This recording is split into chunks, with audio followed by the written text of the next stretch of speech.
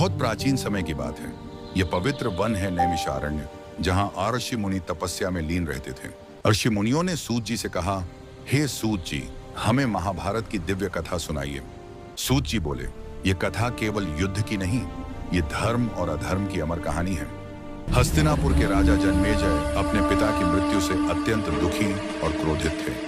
क्रोध में आकर राजा जन्मेजय ने भयानक सर्प यज्ञ आरंभ कराया।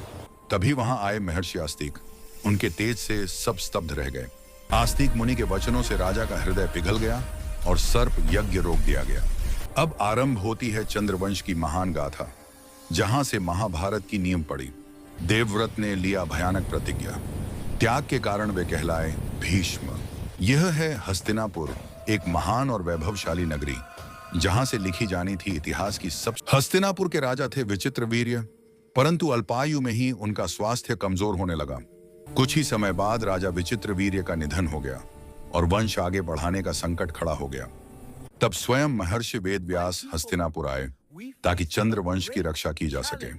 रानी अंबिका से जन्मे धृतराष्ट्र, जो जन्म से ही नेत्रहीन थे। रानी अंबालिका से जन्मे पांडु, जो बलशाली, तेजस्वी और योग्य राजा बने।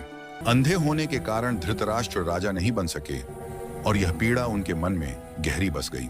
हस्तिनापुर का राज्य अभिषेक हुआ और पांडु बने राजा। धृतराष्ट्र का विवाह हुआ गांधारी से, जिन्होंने पति के समान आंखों पर पट्टी बांध ली। गांधारी से जन्मे 100 पुत्र, जिनमें सबसे बड़ा था दुर्योधन। एक भूल के कारण पांडु को मिला आयशी का शाप और उन्हें वनवास जाना पड़ा। पांडव और कौरव एक ही महल में पले, पर उनके स्वभाव अलग अलग थे। दुर्योधन के मन में पांडवों के प्रति ईर्ष्या और घृणा बढ़ने लगी। अगले अध्याय में देखेंगे गुरु द्रोण, शिक्षा और बढ़ती शत्रुता।